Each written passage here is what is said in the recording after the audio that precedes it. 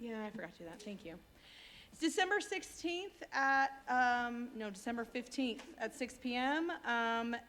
My name is Julie King, and I'm calling to order the Lake Mountain School District Board of Education.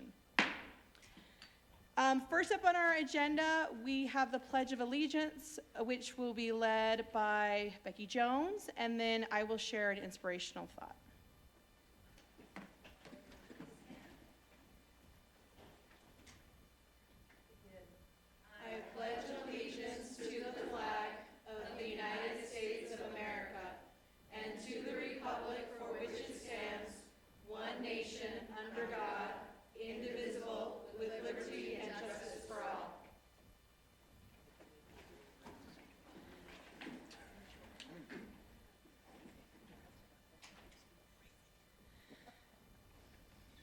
Okay, so the thought I wanted to share tonight is actually a quote from E.B. White, who is a children's author, famously wrote Charlotte's Web. Always be on the lookout for the presence of wonder. Okay, next up on our agenda, we have an innovation spotlight, and Board Member Isaacson, do you want to introduce our spotlight and kind of the concept that we're sharing tonight? Yeah, thank you. We had an opportunity just a couple weeks ago to go visit a bunch of schools in the district. We tried to see all of the schools in the district, and that was maybe a little over ambitious. In the process of visiting the 20 or so schools that we did get into, the administrators that walked us through the schools and give us that quick tour, they would stop along the way and say, hey, I've got to tell you about this first grade teacher, or hey, I've got to tell you about the library staff and what they're doing here. Everyone had a different thing they wanted to spotlight, but we had this whirlwind tour and got to take in all these really amazing programs that were happening. And we want to share that, and we want to share it ongoing. The second thing, to kind of combine a couple of concepts, as board members, we've been talking about what's going to make our district unique, the identity and some of the core values that's going to form the priorities and who we are as a district. And one of the words that keeps coming up is innovation. So combining those two concepts, we are going to introduce a few minutes for some staff to come in at the beginning of our board meetings and do an innovation spotlight, a way for the staff themselves to be recognized and appreciated, but also then to share with us as board members and the community at large what they're doing, something new and different and cool, and share their success. So without further ado, Ben Everett, come on. Thanks. So thank you for inviting me out tonight. So I'm at Frontier Middle School, and I'm currently a special ed teacher doing resource. And this is my first year at Frontier Middle School. And one of the things, so I've known Mr. Bakar for 14 years. I worked for him when he was at Willow Creek, his first year as a principal. But one of the things that really impresses me about him is he has these ideas that he wants to implement, and he has a reason behind it. And one of them, when I first heard about it, I was like, okay, whatever. And that was this idea of like a Fun Friday type activity. It's only about 25 minutes. And it's not every Friday, but it's a lot of Fridays. And his idea was that what we would do is he would have all the teachers come up with an activity that they'll do, and the kids get to kind of vote on where they want to go, and then they're placed in there. And just that alone, when you talk about the more than 1,000 kids, that's a huge burden just to figure out. But he said, the reason I want to do this is I want the kids to feel more connected to people outside of their just 8 or 10 teachers that they know. And being a resource teacher, I don't see a lot of kids. I mean, the group that I work with is, although a large group, it's not like a regular gen ed teacher. And so I was, and my classroom isn't really equipped to have a lot of kids, but I was doing my work in somebody else's classroom for this Fun Friday. I had a little kid in there, well, I say little, a young man in there who, came. He was doing the activities and all that kind of stuff. And we would talk and say hi and all that kind of stuff. And after 3 or 4 of these Fun Fridays, and we're talking like a month and a half's worth of time between that, all of a sudden at lunch he shows up in my classroom. Now my classroom's not the easiest to find, as some of you have been there and know. And so the fact that he had to find me, because he doesn't have me, he shows up and he says, Mr. Everett, can I stay in here? I need somewhere to do my homework, and I got to get it done. I need a little bit of help. And I think actually you guys met him. And in that few minutes that he was in there, he was doing work, he was getting a lot of work done. He finished quite a few assignments that he was missing. And then he was kind of packing up, and there was maybe 5 more minutes before the bell would ring. And I was talking to him, and he started sharing about his life. And it made me realize in that very moment that Mr. Bakar's vision of giving kids more exposure to teachers that they wouldn't normally have and giving them a place to feel comfortable was seen right then and there in that moment. And I won't go into this kid's story, but just know that he doesn't have a great life at home, and he needed a place to sit. And he has shown up to my class a couple of times before school, after school, just to get work done. But really, in that moment, I texted Mr. Bakar and I said, I get it now. I understand what you're doing. And Frontier, we're just trying to meet every kid where they are. And we have plenty, every school has plenty of stories. And every time you hear them, it makes you just feel a little bit, recognize the importance of what we're doing as teachers and what we're doing as a school and as a new district, how important we are to these kids, because we become that stabilizing force for them.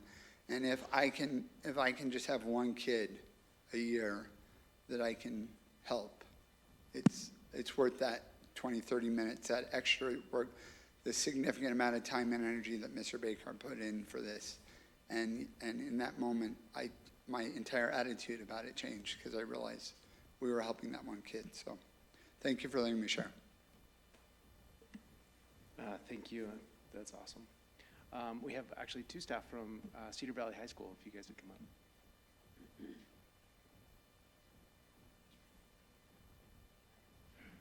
up. Thank you for having me. I'm Mr. Alex Robinson. I teach at Cedar Valley High School. I'm the unmanned aerial systems teacher. I also teach other things too, but that's the one I guess we're highlighting today. So I'm currently the only teacher that teaches unmanned aerial systems in Alpine.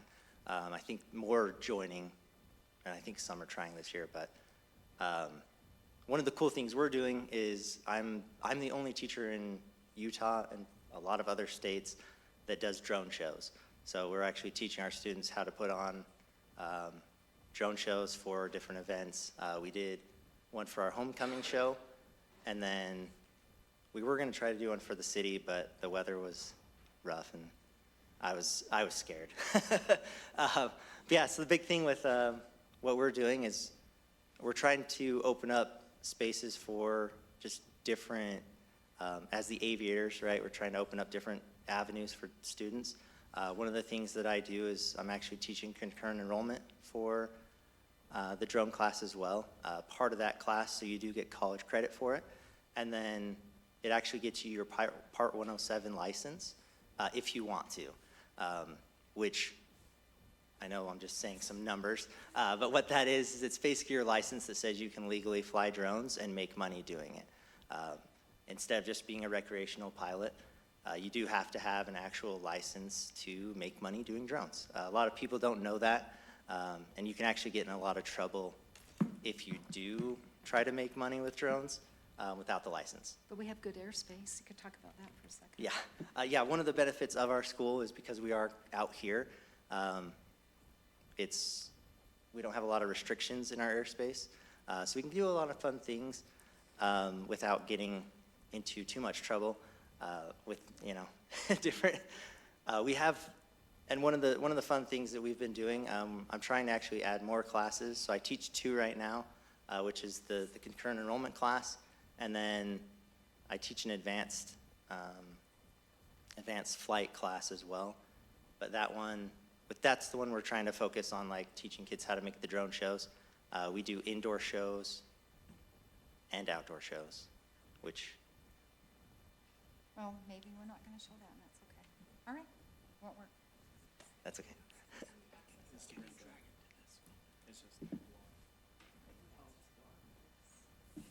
Yeah, if you could pull up Cedar Valley Instagram, you could pull that up, sorry. Show you a short video of the drone show. Looks like you're having the same issue that I'm having.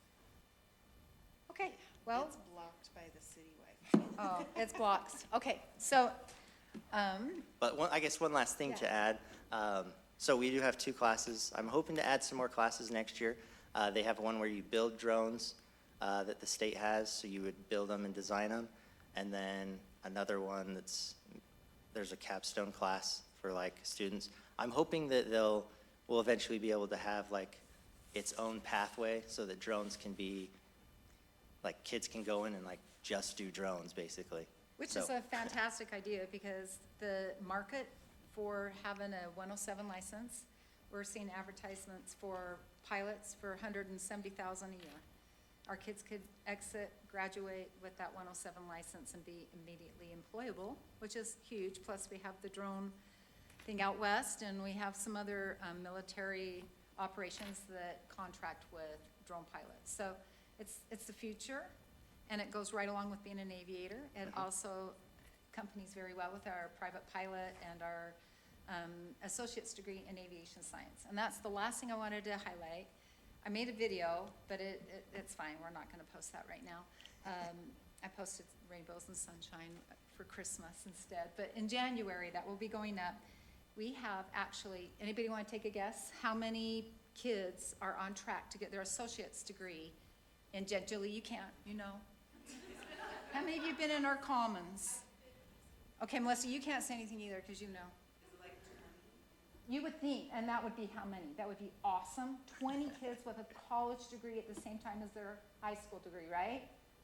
We hit 50 last year. How many do you think we have this year? On track. Julie, you can't say anything. That was the goal, but we're at 95. Like, that's so impressive. That's worth like $200,000. So, and we have kids in the trades that are doing some incredible things, and there's so much to highlight. I'm afraid by mentioning one, we're gonna forget others, but you could have us back every month and we'll wow you. Just saying, those kids are amazing. Okay, thank you. Yeah, thank you for having us. Excuse me, Chair, sorry. I just want to remind everybody to make sure and speak into the microphone, or otherwise those that are watching the video later won't be able to hear you. Chair, I don't know what the protocol is, but I think both of these need a huge round of applause.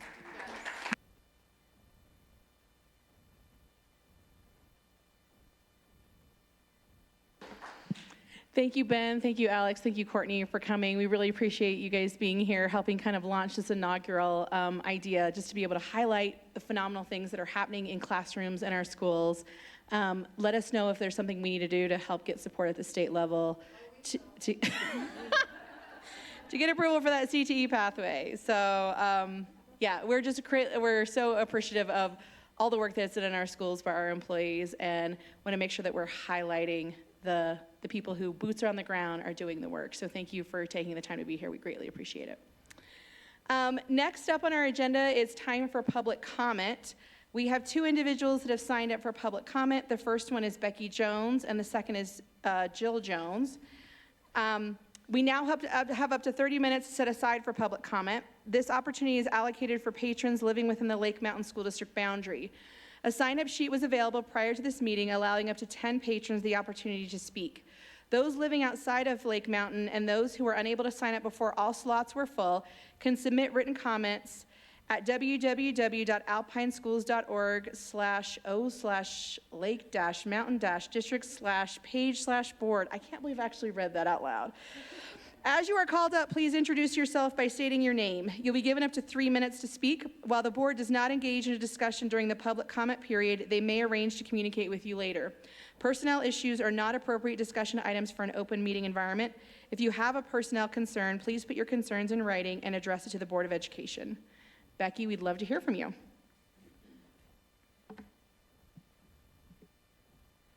Becky Jones. Today at lunch in the staff room, I found it almost humorous that most of the teachers I spoke to thought that we'd already made a decision that we were keeping the name Lake Mountain School District. They didn't realize that another decision, like that a decision's being made.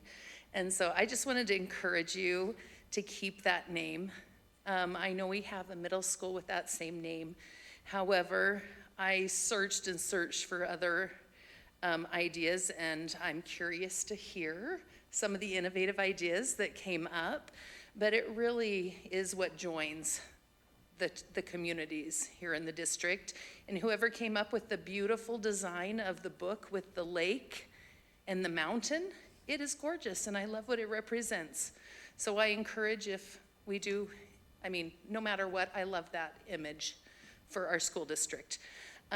Something else that was on my mind is as principals are hired, I think it would be awesome to have a staff member who knows well the school and the culture there, so that we can match up some great individuals. I'm not sure, I don't actually know exactly how decisions are made for administrators, but I just thought that that might be a great idea in helping with that process. And then I also wanted to thank you are we making a decision on the calendar or whatever? I love that we have a minimal day going into Christmas break and that there's a work day afterwards. So if we can keep that moving forward, teachers really appreciate it. And I just want to thank you. After being here for your first 2 board meetings, just thank you for all your time and effort, for all that you're putting into it. We can see your heart and soul is into doing what is best for the community, best for teachers, best for students. And so thank you. Thank you for all you do. And Merry Christmas. Thanks, Becky. Next up, we have Jill Jones.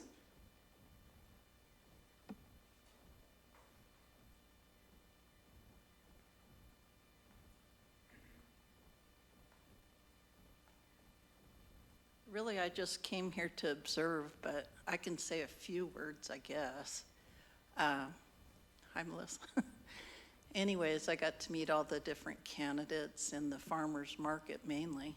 And then over here at the clubhouse, I'm a delegate for this area here.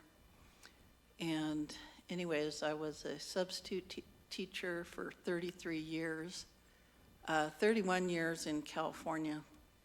And I'm just observing now, but I would really like to know how close by where I live, because I live out by the fire station, the new one over here behind me. I would really like to know how this year and the following year they're going to pick substitute teachers close by. Because if I could go to some meetings and figure out how they pick their substitute teachers, that would be wonderful, because I just feel I would have a lot to give, having 33 years experience doing substitute teaching. So that was it, and if you can put me on some sort of list, you have my telephone number. I would like to know close by me how you do it, because when I first got here, I was with one agency that had me going everywhere. And so if I could just see that, how you do that and the process of that, that would be great. And I'm sorry for taking up the time here, but thank you. Thanks, Jill. Appreciate that. We will try to follow up with you to get you the link to the ESS system for our substitutes.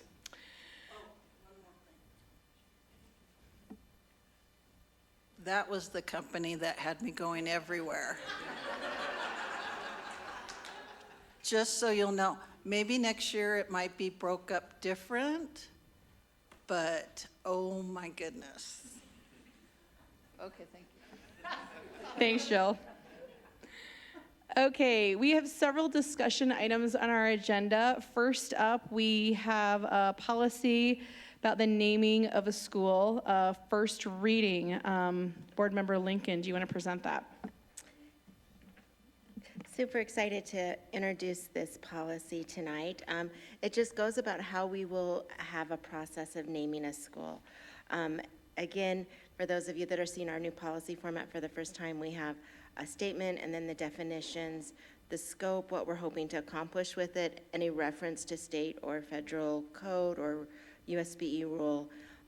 Definitions, I always love to know exactly what we're talking about in a policy with the definitions. And then how we know if the policy is effective and how often we're going to evaluate it. So this one is a pretty basic policy. It does not have any procedures in it. It is just strictly a policy, so it's just what the board is saying. We're not having a superintendent weigh in on this because it's so straightforward. So there's, at this time, no procedures. And it just goes about how it's our authority, the committee that will be forming aim to name a school, the composition, their role, and then the role of the board. And I will entertain any comments at this point.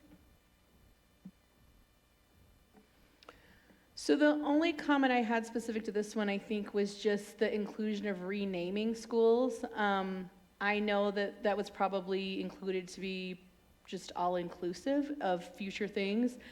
And I know that in the past, Alpine School District has renamed a couple of schools, like Centennial when Hillcrest was closed.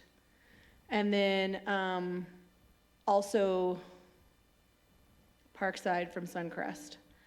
And I understand the reasoning for it. I don't know that I want to establish that as a practice. So, I mean, I guess that's my only feedback is, at this point is whether or not we should include that piece of it. But I understand that other board members may have a different perspective.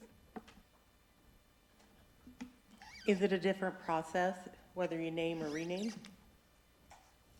And wouldn't the policy be the same process, but?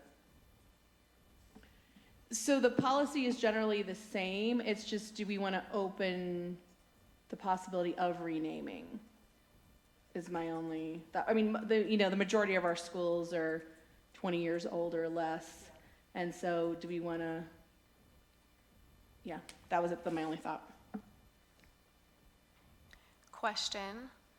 I would love to see language involving students in the process. Maybe like the opportunity to include students when possible, maybe not always, but if there's an opportunity to have students involved, I'd like to have their voice on the committee.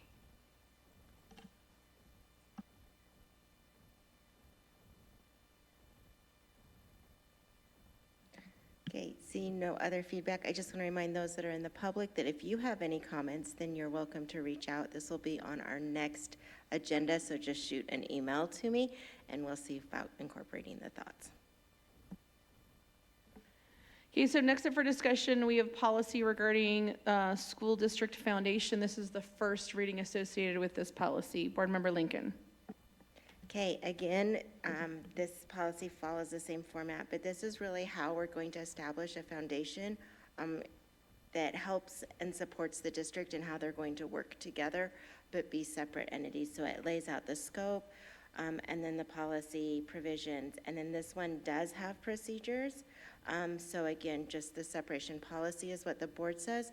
Procedure is what the superintendent says. It's kind of the how they're going to do what the board asks them to do in the policy.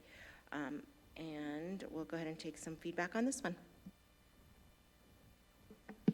So I actually have obnoxious feedback about an obnoxious amount of feedback on this one, Joylyn. I apologize. Okay, so in the policy provisions, when it talks about the purpose and alignment in 1.2, it says foundation-supported initiatives must align with board goals and support measurable improvements in student opportunities, access, or outcomes.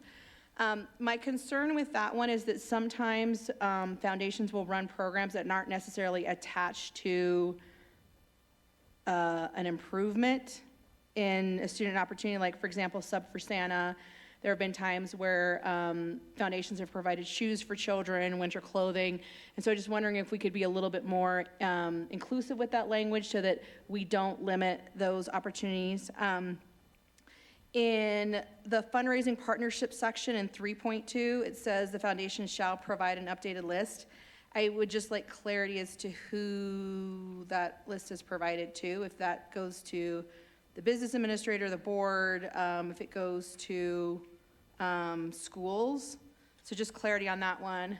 And then in section 4.1 about the advertising partnerships, it talks about a direct financial benefit.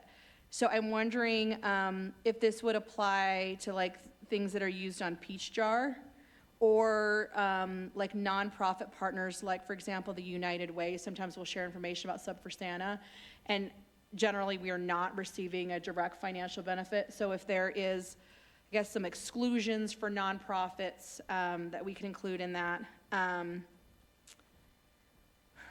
In 5.1, where it talks about educational purpose, just once again, if we can have some flexibility so that there may be times where we're collecting, for example, like food for the pantries, we're collecting toys for, like several of our schools are doing, like Holly Jolly Giving or, their nights of giving, that we just have some availability for other things to be supported by that. And then in 5.3, I think I know where this is going, where it talks about it can't benefit a specific student, meaning that like I can't donate money to the foundation saying this is for Charlie. But I also think that it could be read maybe about like how would that work with scholarships that benefit one student. So if we could just make sure that we have some clarity there that, obviously we do have students who are awarded individual scholarships, but not to be confused with this money is for Charlie's scholarship kind of a thing, if that makes sense. And then in 7.3, I told you this was going to be obnoxious. Okay, 7.3, it talks about we want to make sure that the foundation and district funds are not commingled. And I fully agree with that, but also there are times where historically the school board has taken out of their general budget the pay for the foundation director. And so that could be potentially considered as commingled funds. And so maybe it's something like, not applicable to salaries or benefits or something like that. And then one of the things that I didn't see in the policy, and I maybe just didn't notice it, who approves the board of directors? Does the Board of Education approve the board of directors? I know a lot of times we'll ask people from the community, and then I think it would also at the same time be good for us to have potentially one but not more than 2 members of the board serving on that committee, so that there can be somewhat of a level of oversight. So just understanding, does the Board of Education approve the board of director appointments, and are we putting 1 or up to 2 board members on that committee? And then in the next session about procedures, it is in 4.1 where it talks about donation approval.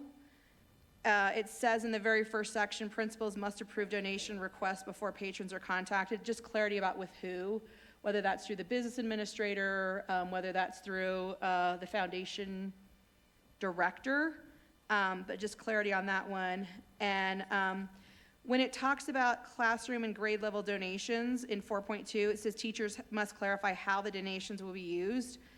I think that's completely applicable when they're applying for grants and things, but I just want to make sure that we're not, sometimes things get lost and all of a sudden we're creating bureaucracy. I just want to make sure that there is a simple way for teachers just to say the robotics are going to be used for science. I don't necessarily need them to write a full-on grant application just to say, we're implementing this in our curriculum. I think that was all the things I had. Sorry.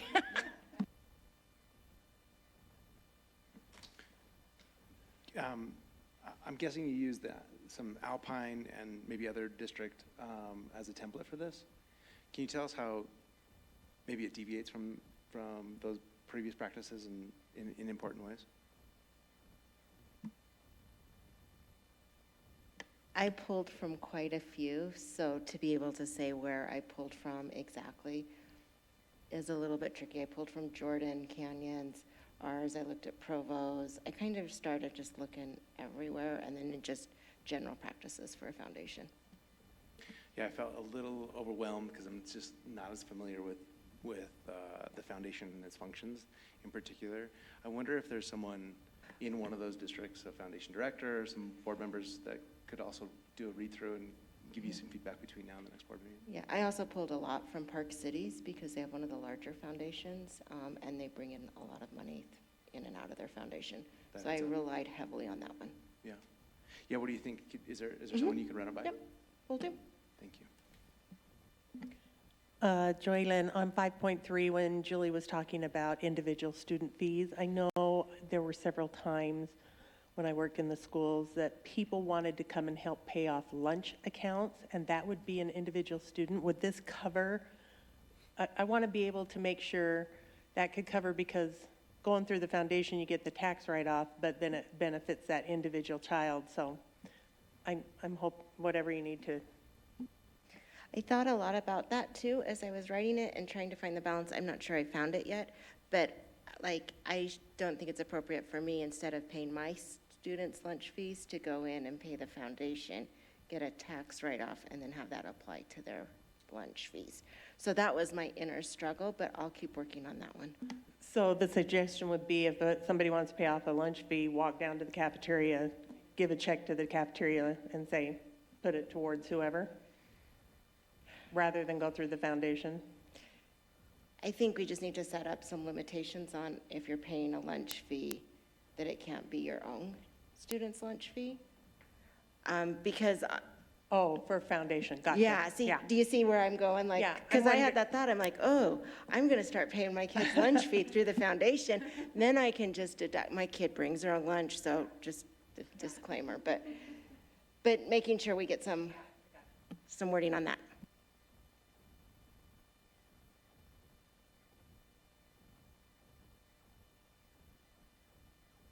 Okay, any other feedback?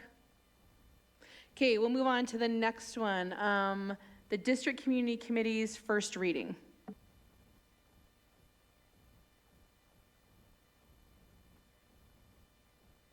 I'm not commenting on this one, okay?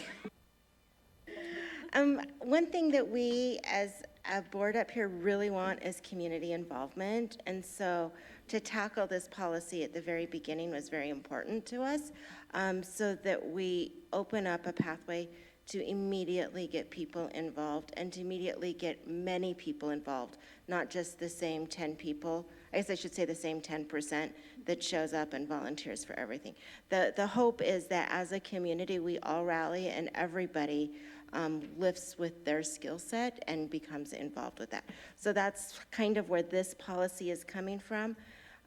Again, super excited just to get people in and volunteering, but also providing limitations that as somebody comes in as a committee, it isn't as in an advisory role. It's not handing them authority that has been vested in the board or vested in a superintendent, and then just how that communication is going to work.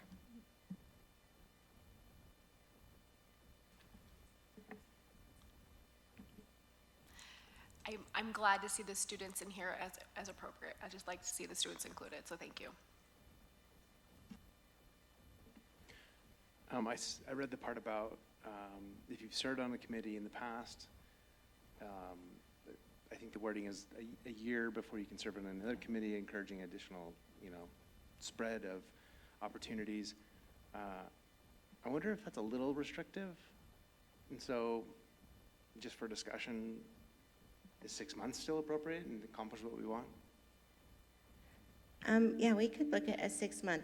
Again, the really big rock I was trying to tackle on that was not having the same 10% always involved, not always having it be the school community council chair or the PTA chair, and having them have opportunities every time, but really allowing people to come and participate where they're at.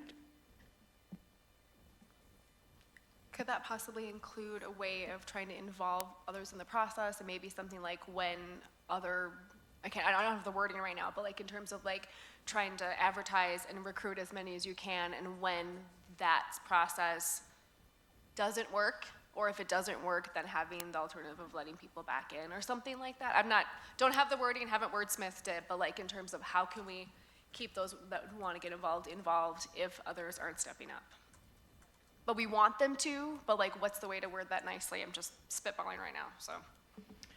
So we probably could do something along the lines of like, I'm bad at writing code, like writing this as we talk, but something along the lines of like all avenues to solicit feedback or solicit committee members through, school newsletter, district, communication.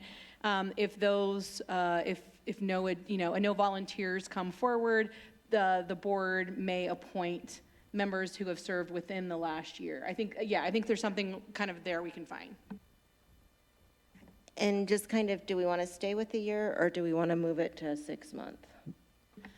I think I hear what Matt's saying. I think my preference is just to try the year. At least from my experience chatting with people want to be involved in helping participate in the district, whether it's in the naming process, in being part of committees, I've had a lot of people reach out being involved in the superintendent searches, the BA searches. We've heard comment about being involved in principal searches. I think there's a high level of interest in being able to participate. And I think if we hit a point where maybe that participation starts to wane, I think we could evaluate.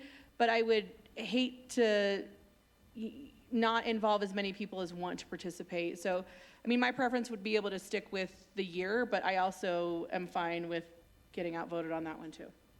And just also for awareness for the public, these are district committees. This is not at your local school. So at your local school, if you have a whole bunch of time, decide to serve on the PTA committee and the school community council, and there's a special reading committee at your school.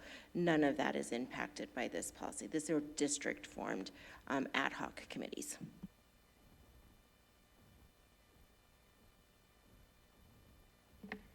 Okay, any other discussion regarding policy? Okay, next up, we are going to tackle our action items. First up, we have minutes regarding our December 3rd, 2025 meeting. I will entertain a motion to approve the minutes from December 3rd, 2025. I move to approve the minutes from December 3rd, 2025. Okay, so we have a motion by Board Member Saucer. Do we have a second? I'll second the motion. Second by Board Member Isaacson. Any discussion? Okay, seeing none, all in favor of approving the minutes with the motion by Board Member Saucer and the second by Board Member Isaacson, please say aye. Aye. Any opposed? That appears to pass unanimously. I just want to give a pause. Are we able to see Board Member Judkins vote by chance?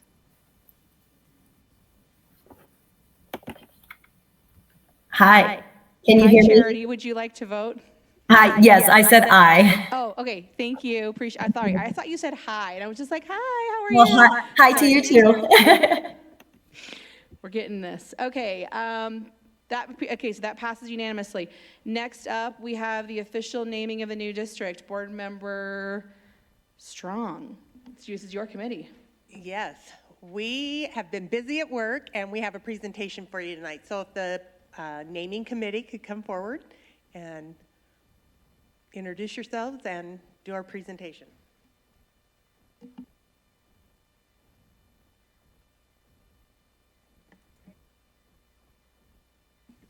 Buttons, cords. Okay, so just to introduce our committee is made up of school board members and parents and staff from some of the schools in the area, and this is our group that's presenting the options that we came up with. We took a look at the history of the name, and we really had a big discussion about what the importance is in naming a school district. That picking this name is something that should connect the community, that represents our values, gives us a strong identity, especially as far as student identity, and become something that students remember and students are proud of. We wanted to talk about that community aspect because we want this to be a name that's recognizable in the community and something that people who maybe don't have students are still drawn to be part of and to be supportive for. And we also talked a lot about the logistics of the name and how it impacts the communication capabilities, the websites, the email addresses, the logins, any mottos, any branding, and the messages that the school district may want to communicate. And so one of the things that came up is just the simplicity of something that's going to stand out, and having a domain name that was easy for employees to type in was something that was requested. This is a list of all the current Utah school districts. Most of them are based on the city or the county that they started in, with some exceptions for a few, and those usually have something to do with mountains or canyons or mining. So we put our creative hats on, and one of the things that happened was a public survey. This public survey was open between December 1st and December 12th, and this survey received 3,765 responses from inside and outside our community. There was strong support for keeping Lake Mountain School District as a name, but for those who were opposed to that, there were some actually really strong arguments for choosing a different name, and some really good ideas. A lot of feedback was given that the name of the school district shouldn't match the name of any of the schools within that district, as far as clarity in that school's identity and their ability to stand out, and also for both parts of the community to feel like they are part of the new name for the school district and have it not feel preferential to one side of the district over another. So we came up with some principles and some priorities. Our guiding principles, and several of these I've already mentioned, but deciding whether or not we wanted this name to fit into the pattern of schools and or of mountains and canyons, whether we wanted to, how we wanted this name to feel in speaking other school district names. Is it gonna stand on its own? Is it something that's going to have a strong reputation when we're talking about other school districts? And then finding something that's really timeless, and inspiring, and that people feel connected to. We received, as Sarah had mentioned, we had about almost 3,800 entries. We wanted to mention some of the notable ones that we received that we did consider for a moment, and I think we wanted to show our community how great we are involved. We have a few lists here. 6-7 school district was considered. We are not going to do that. Hogwarts School District, I think we would run into copyright issues with that. Schooley Mixed School District was also a very popular one, or District Face.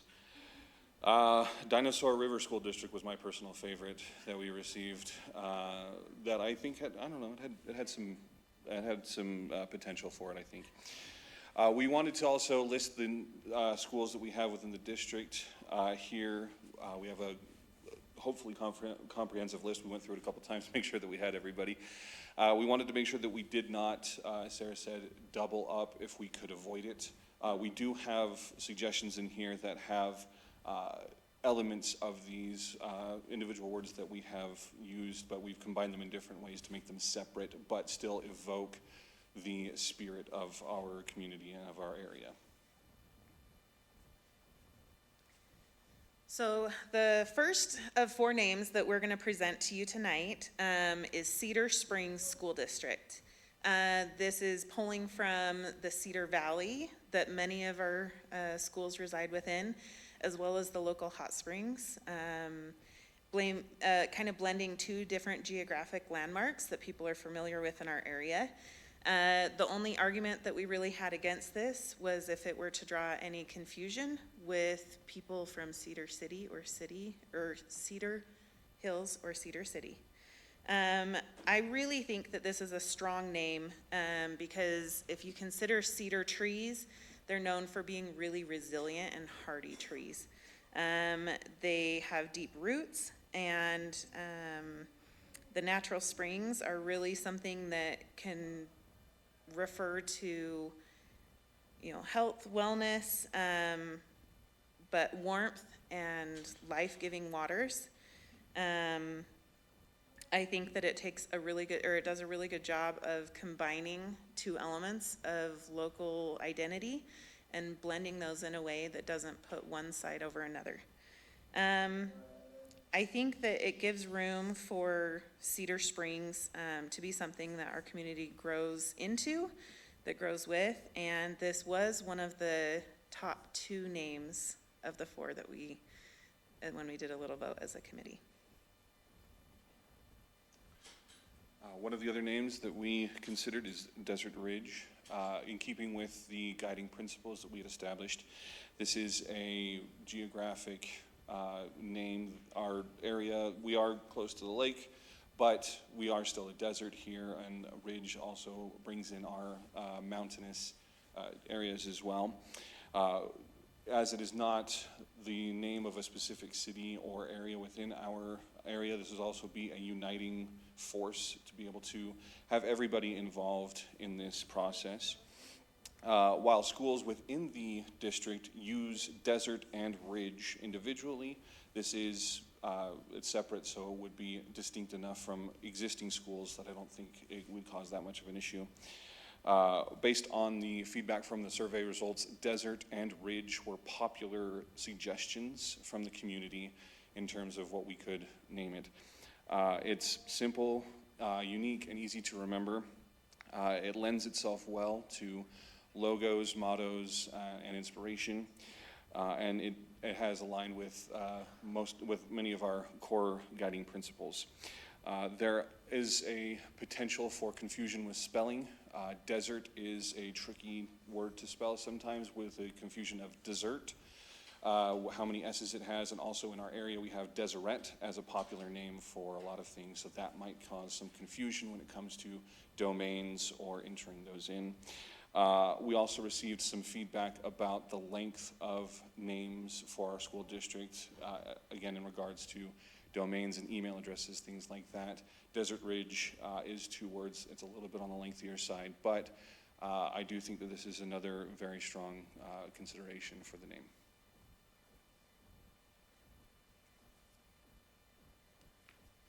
All right, well, one of the options that we have is to keep the name Lake Mountain. This name was adopted by our interlocal city officials and representatives after our community voted to split from Alpine School District. It has served as a placeholder name for our new district as we've gotten the ball rolling and elected our new school board. So going forward, we have that option to turn that from a temporary name to a permanent name. As we compared the name Lake Mountain against the priorities and guiding principles that we talked about, there's some advantages and disadvantages to using the name of Lake Mountain. One of the biggest advantages, I feel like, is that this is already an established name. People are already associating our new district with Lake Mountain, and at this point, changing the name could be confusing. Also, it is the name of a mountain that runs along the lake, and our district wraps around it. So it is very visible, and everyone's kind of geographically connected to it. The name Lake Mountain follows the pattern of some of the other districts in our state of naming their district after a major geological feature. Some disadvantages to keeping the name Lake Mountain. First of all, a common complaint in the survey was there were a lot of people who didn't want to name the district after a current school. And we do have Lake Mountain Middle School that really likes their name. There is a concern that there's going to be some challenges that could arise from sharing a name between the middle school and the district. And there has been some talk that they would rather have a different name. If we choose to go with Lake Mountain, they would not like to share that name. Another disadvantage is that the Lake Mountains, they are a part of our community, but they also run in between our communities. So it could be seen as a divider more than a uniter. And also, some of the feedback from the survey mentioned that the word lake felt more like a Saratoga Springs word because we're connected more to the lake.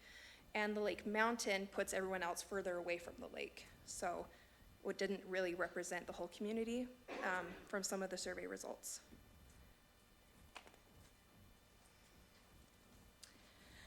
Okay, so my name is Lisa Ferry, and I've lived in Eagle Mountain for 15 years. I'm married to a spouse who has worked in Saratoga Springs for 20 years. I'm a parent of Lake Mountain Middle School and Saratoga Shores. I have students there. I also serve on the school community council at Lake Mountain Middle. This was a great opportunity to be part of this naming committee. So thank you for that. As we looked at naming the new district, I believe a name should have three things. It should honor our landscape, it should reflect our values, and stand the test of time. With that in mind, I'd like to present the name Sage School District. As a potential name for our new school district, which is tied to the #1 spot with Cedar Springs amongst the naming committee, even though it does not have a county or a city name, does not have a mountain, a lake, or a spring, the word sage carries a layered meaning that fits our area beautifully. First, it represents one of the most prominent plant species in our region. Sagebrush is a native to this land. It thrives here across Eagle Mountain, Saratoga, Cedar Fort, and Fairfield. Like sagebrush, sending deep roots into the ground to find water and creating nourishment and supporting the life around it, we hope that our students will be nourished and able to thrive with the support and guidance of our new district leaders, teachers, and parents. Next, sage also means wisdom. It represents thoughtful leadership, sound judgment, and learning guided by experience. Those are qualities we want to reflect in our new district. How decisions are made, how students are taught, and how communities are served. Sage is not flashy or trendy. It's a one-word name, short emails, and short websites, as you can see, which was requested by teacher and district employees who filled out the survey. It is easy to spell and it is not to be confused with any other geographic areas or locations.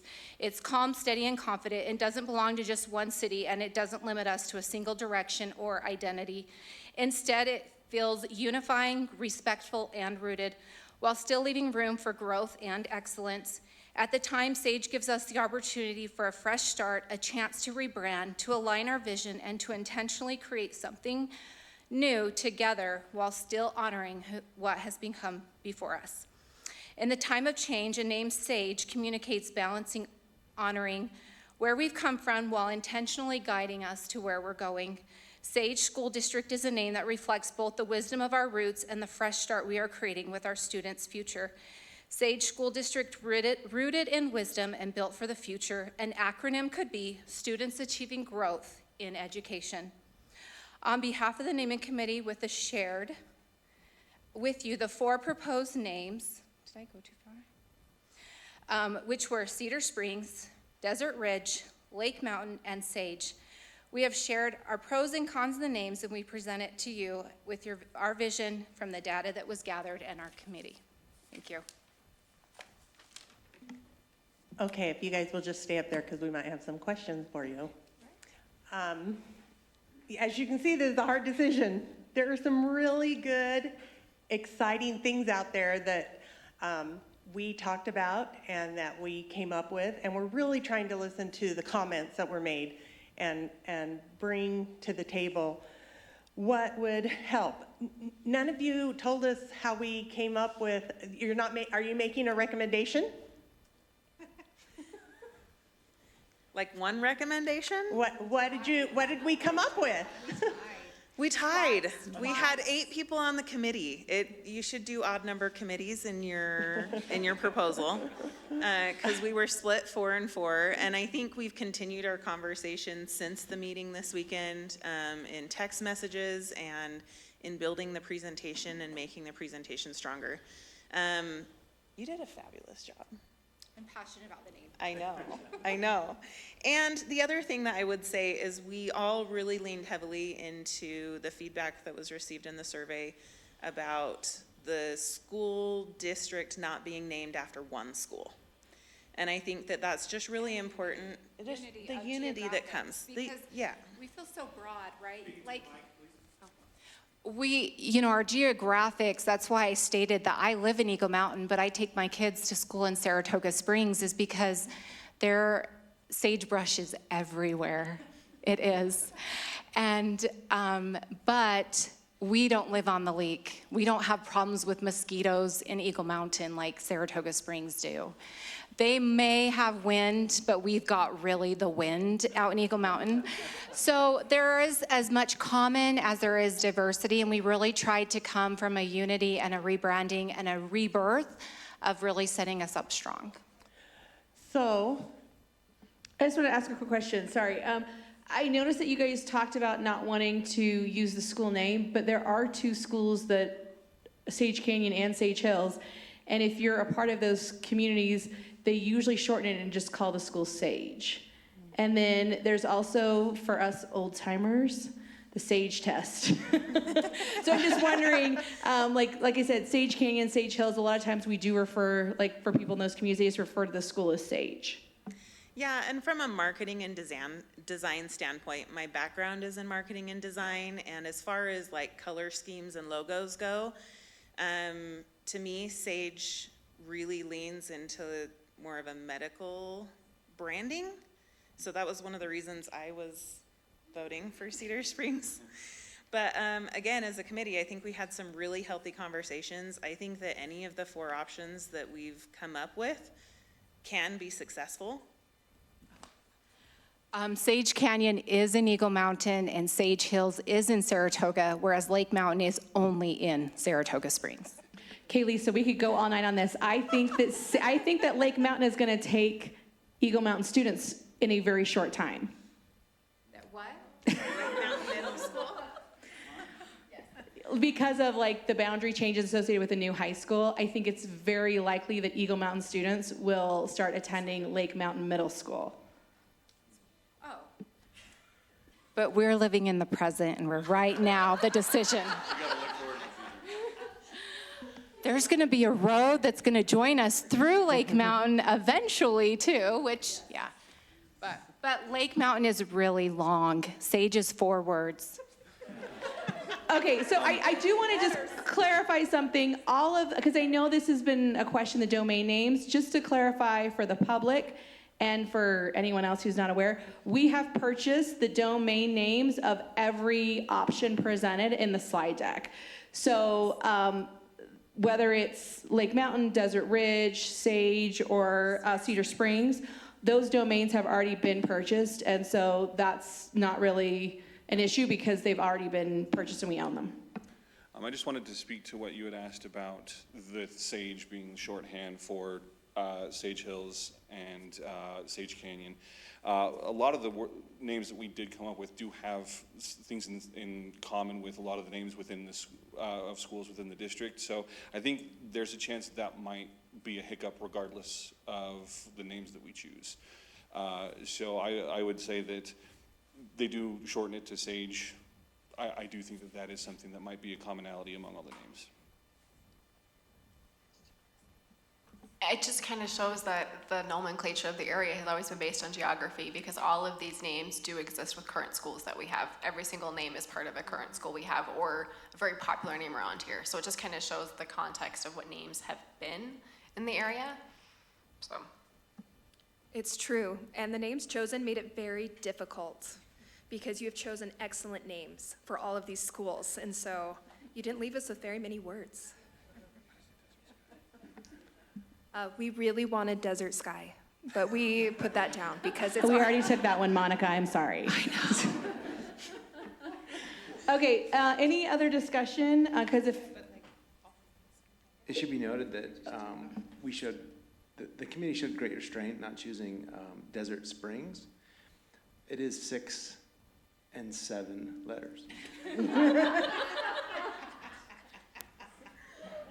And we did think of that. Yeah, we did. Paul, our other committee member who's not here tonight, he's the one that came up with that, and it was hilarious. I think the kids are going to be very disappointed about it not being the 6-7 district, but I'm going to respect the committee's choices. Okay, so I will entertain a motion regarding the official name of the new district. All right, I would like to make a motion that we delay the vote for 2 days until Wednesday, when we're going to have a meeting and make that study session part school board meeting so that we can address it in 2 days. And the reason for the delay is I would like to motion that we obtain more input from the community. Okay, we have a motion by Second. Board Sorry. Member Strong and a second by Board Member Saucer. And I'm going to repeat the motion, Board Member Strong. What I heard is that you want to move this action item to Wednesday's agenda and to send out an email survey to our constituents for their feedback on these 4 names. Did I capture the motion correctly? No. Oh, okay, I didn't capture it correctly. Yeah, all my motion said is I would like to delay it till Wednesday until we can poll the community. I didn't specify how we were going to poll this community. Okay, is it Because I that? think that needs some discussion. Okay, So I want to keep it at, we're just going to poll the community so we can pass that motion, hopefully. okay, so we have a motion by Board Member Strong and a second by Board Member Saucer. Any discussion? Yes. Okay, we met on Saturday and came up with all this, and there's been a lot of time, and I'm sure you guys have done some thinking, and I've done some thinking, and I feel like this is such a big decision that to do one more quick push with the community to get their input and what that looks like, I think we need to discuss. I have a suggestion in the discussion of how we could do that. But I think we need some more community input. And I would like us to consider, so in the 3,765, there was more than half, there was about 64% that said they wanted Lake Mountain, but it was deceiving because they said, yes, I want Lake Mountain, then in the comments said, but I really want it to be something else. So it was a little bit deceiving, but it was definitely a majority. So I think we need to have Lake Mountain on whatever we send to the community. Lake Mountain needs to be on there.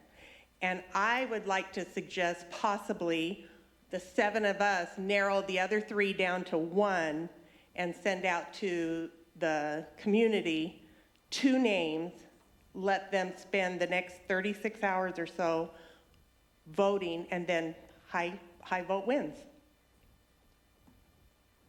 Okay, so let me just make sure I understand it. So you want to, out of the 4 names, send forward Lake Mountain because it had a majority in the poll, and then we narrow down the 3 names to 1 other to send out to poll constituents about their feedback. That's your suggestion. So we'll send to the community. So we will have the nice little work of narrowing it down to 1 out of the 3, but then to the community, we send 2 names and let them vote and see where the votes come in. Okay.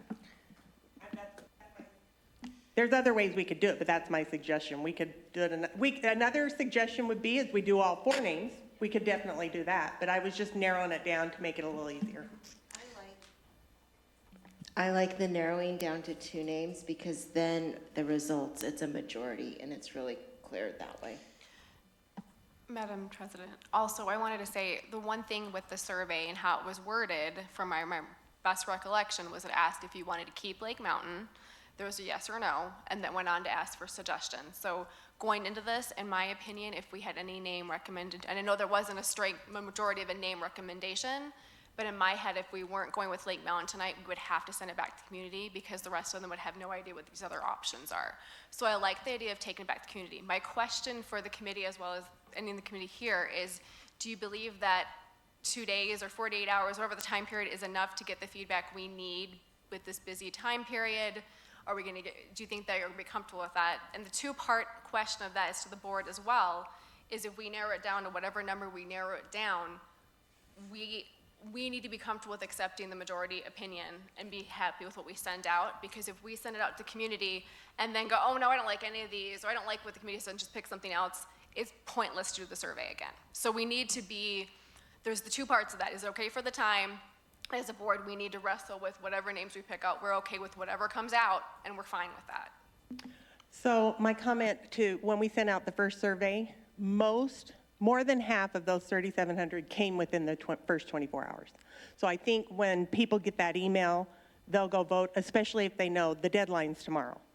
And so I feel like our community will do that, and we are up against a deadline. We're supposed to have this decided before December 31 on, for technology reasons and stuff moving forward.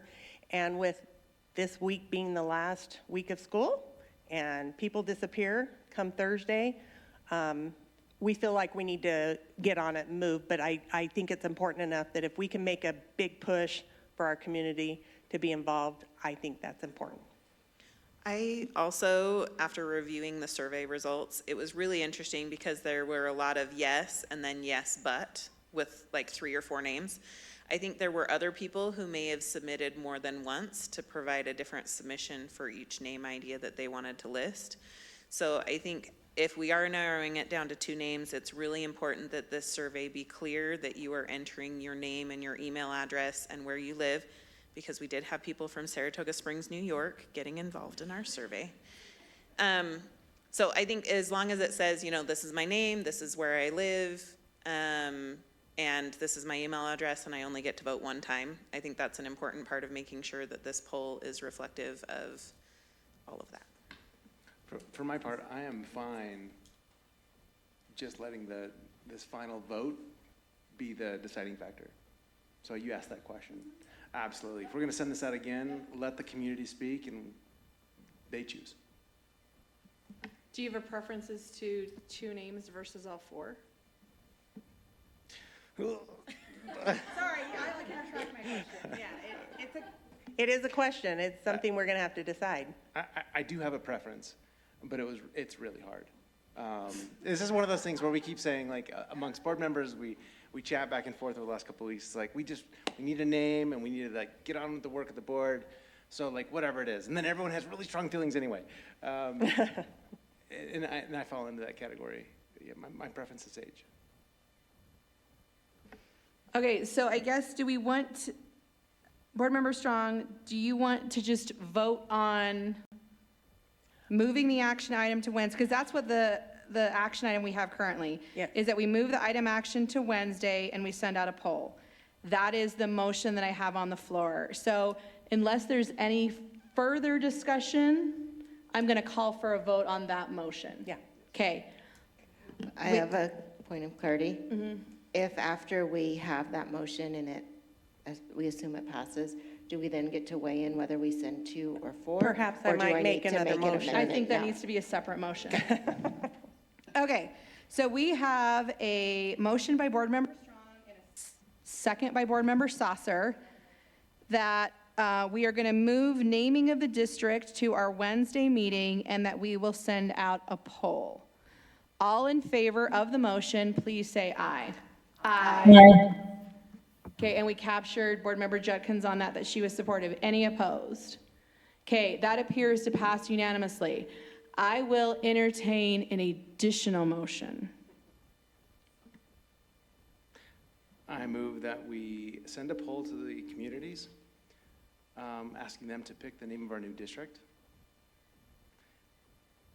choosing between Lake Mountain and Sage. I'll second that.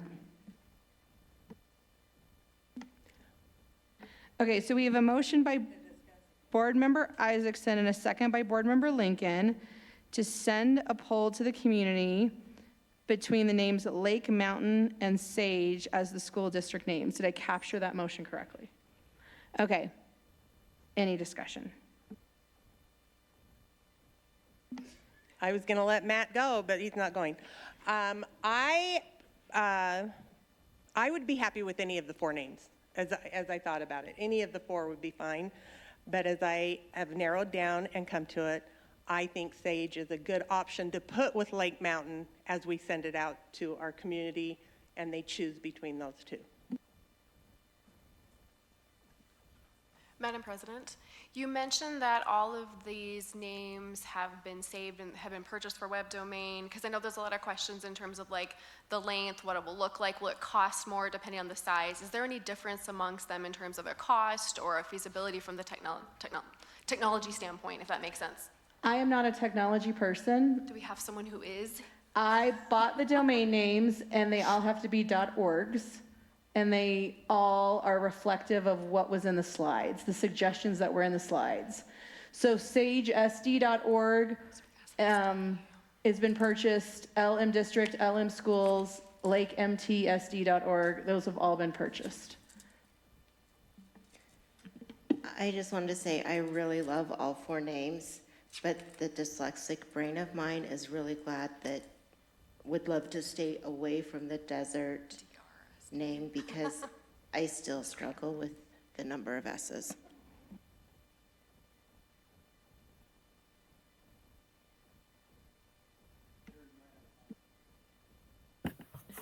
Board Member Judkins, please go ahead.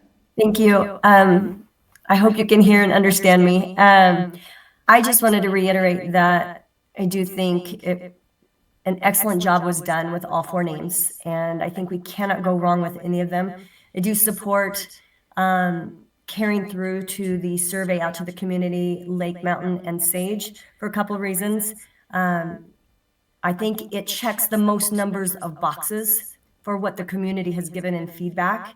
And so I think that I want to let them lead and support what the community wants. And so I just wanted to let everybody know that I appreciate the work that's been done and the great work in presenting these 4 names to us. Okay, any other discussion? Okay, seeing none. Oh, sorry. One other thing, Lake Mountain has grown on me, even though it seems generic and kind of matches the nomenclature. However, Sage is growing on me as well. My only concern with Sage is I feel like it's very generic to anything west of the Mississippi, because sagebrush grows all over the Mountain West. So that's my concern. I do like the significance of sage and everything. It's growing on me and it's taking time, but I just think that's my one concern, is it seems more generic than Lake Mountain, since it's a specific geographical whatever the word is, geographic region here, if that makes sense. So just for reference, for any of you that are not Utah State Aggies, they have a song about the Scotsman and that Utah is where the sagebrush grows. So maybe we need a USU extension in Sage School District. Sarah, that would be a separate motion, but thank you for that feedback. Can I make one more comment? Yes, go ahead, Charity. Thanks. And again, I say I'm supporting Sage and Lake Mountain, although I'm really bummed since I was the one that put together the logo with the lake and the mountain. If we don't move forward with Lake Mountain, I still support it and appreciate the work that was done. Thank you. Okay, so we have a motion by Board Member Isaacson and a second by Board Member Lincoln to put forward a poll to the community between the 2 names, Lake Mountain and Sage, as the new school district name. All in favor of this motion, please say aye. Aye. Any opposed? Okay, that appears to pass unanimously. So basically it's dun dun dun, like Wednesday, guys. So thank you so much for all of your amazing work. We greatly appreciate it. And we will work with staff to get that out to the community. Can I just say this picture was taken 2 miles from here, so it does represent our area. Thank you, Lisa. Okay, next up on our agenda, we have action items regarding the tax increment financing project agreements. This will be the second reading. Board Member Lincoln. So I took all of the feedback that was given when it was presented as its first reading, the new policy. We strengthened the language that states that the trigger must be within 3 years, so we don't have somebody coming back to ask for an agreement 10 years after they've just let it sit, that if somebody is going to ask for some tax increment financing, that they need to be prepared to act on it right away, that we're not just going to sit forever trying to help build a community economically while our primary focus is education. The second, we added Wage and employment standards, again, we had talked about having a solar farm, and the benefits of having a solar farm in tax increment financing is it's not housing. We don't have to educate any of the poles in a solar farm, so that's a benefit to the district, but they don't typically bring in high creating jobs, so we just fixed that language. We added collaboration with board leadership, strengthening the negotiation between the superintendent and consulting with the board, that it's not done in a silo, it's done in a collaborative atmosphere. And then clarified that the board authorizes payment for a TIF analysis for up to 3, but if there's no cost, we could potentially do more. Did you by chance get my email about the addition of caps today? Possibly, but I did not review it. Okay, I can find it. Basically, it just says that caps shall be applied per phase to state the maximum amount that the district will participate in for each phase. So that we've built in caps for every project and for every phase of the project. So that's really important that we have that very specifically spelled out. My recommendation then at that point would be that we just bring this back on our next meeting. There's no urgency to have it passed in December, and I would rather have clean than amend at the table. Okay, so we've got support to just move on, right? Okay, next up, and we can put that, do we want to put that on the Wednesday agenda, or do we want to push that to January? I think we just push it to January, since we're getting close to 24 hours and having to redo additional documents. Next up, policy, the school calendar, second reading. Board Member Lincoln. Okay, this one again took the feedback from our first reading. We added a definition of superintendent to clearly identify superintendent or his designate, or his ability to delegate, so they can delegate. That definition will also be used in all policies moving forward, so that will become a standard definition in policy. We added a definition for minimal day to make sure that we distinguish it between a early out day and a minimal day that was referenced during public comments of loving the minimal day before Christmas. And then we corrected the numbers in the numbering system. I guess I have, I can't think of it, numerous, not just dyslexia, but trouble with numbers as well. Okay, so I will entertain a motion regarding the policy for school calendars. I move that, it feels weird to move on my own work. I can do it. I move that we adopt the school calendar policy. Second. Okay, so we have a motion by Board Member Isaacson and a second by Board Member Saucer to approve the school calendar policy. Any discussion? Just one question. I think I read the updated language, and just making sure I understand it correctly, there is allowance now to make, like, let's say in our next action, we adopt the upcoming school policy for the next 3 years. There's allowance for us to say deviate in year 2.5 or that third year and have 2 concurrently adopted calendars. Is that the way you'd say that? I'm not sure you can have 2 concurrently adopted calendars. Two calendar, you're right. But you could come back and amend a An calendar. amended calendar that, and if I understand that, that's actually different than how the policy allows. Right, there's nothing in this policy that prohibits an amendment at a future date to a calendar. Yeah, that's what I want to know. Any other discussion? Okay, seeing none, we have a motion by Board Member Isaacson and a second by Board Member Saucer to approve the school calendar policy. All in favor, please say aye. Aye. Any opposed, please say nay. Okay, that appears to pass unanimously. Next up on the agenda, We have the district calendars for 27 through 28, 28 through 29, and 29 through 2030. A reminder to the board members that this was something that was set by the Alpine School District School Board. The recommendation was for the new districts to adopt these calendars so that there was a level of ability for teachers to cross-collaborate across districts, because they would be, their calendars would be aligned and they would have the same professional development days, allowing larger professional learning communities to exist and supporting teachers in pursuing that. So that was some of the reasoning attached to that. Do we have a motion regarding the district calendars for 28, 29, and 2030? I move that we approve the district calendars for 2027 through 2028, the 28-29 calendar, and the 2029-2030 school calendar.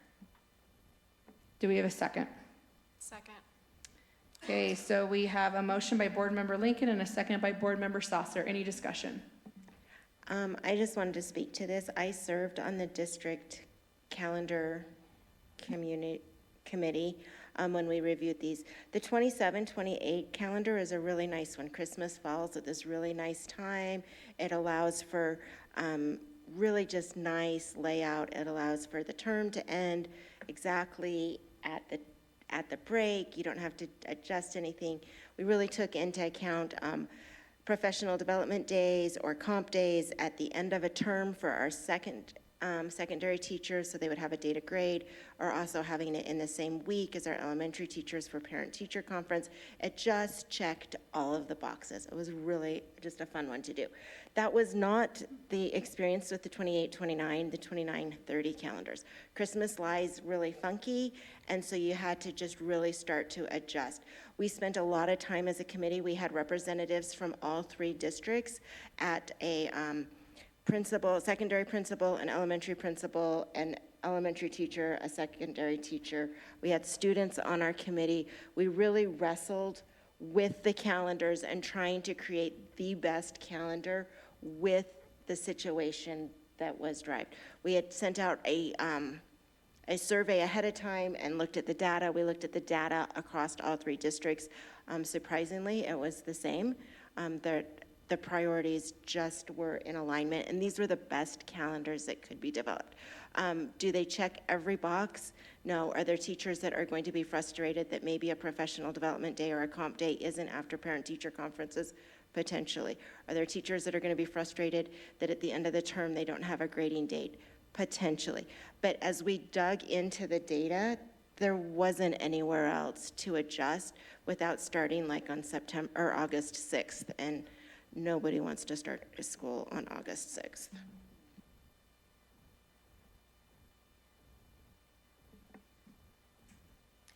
So one, I like what we just passed, this previous policy, saying that we can have some wiggle room. And I know the importance of talking to teachers about having the time for professional development and have those plans.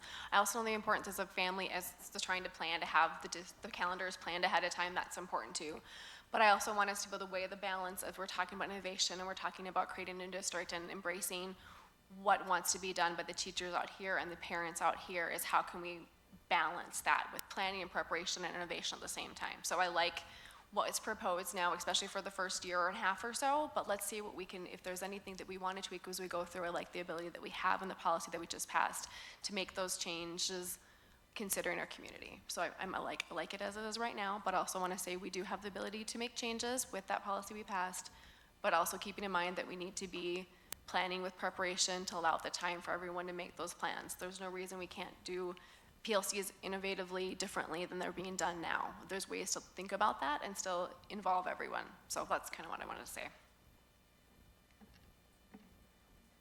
Okay, any other discussion? Okay, seeing none, we have a motion by Board Member Lincoln and a second by Board Member Saucer to approve the district calendars for the school years 27-28, 28-29, and 29-30. All in favor, please say aye. Aye. Any opposed? Okay, that appears to pass unanimously. Next up, we are on to our reports. We're actually going to delay the report on the foundation You need two things to create a foundation. One's an address, and we have that, and the second one's a name, which we don't have yet. So we're gonna shift that one to January, because we are committed to having a name in like 48 hours. So next up, there's time for board member reports if board members want to share out.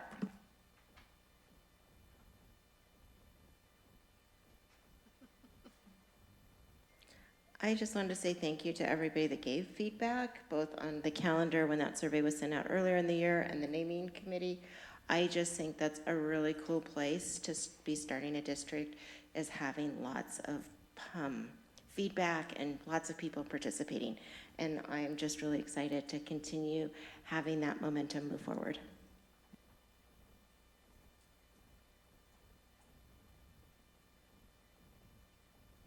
Okay, so we do have need of a closed session. So we need a motion to enter into a closed session to discuss issues of litigation, acquisition, and personnel issues. Does someone want a motion for us to move into a closed session? I move to enter a closed session per Utah Code 52-4-205 to discuss litigation matters, acquisition of real property, or authorized personnel issues. And then do we have a second for that? I'll second it. Okay, so we have a motion by Board Member Lincoln and a second by Board Member Strong. We need to take a roll call vote. So Board Member Strong. Aye. Board Member Isaacson. Aye. Board Member King, aye. Board Member Lincoln. Aye. Board Member Saucer. Board Member Myers. Board Member Judkins. Aye. Okay, we are now adjourning our meeting and moving into closed session. Thank you.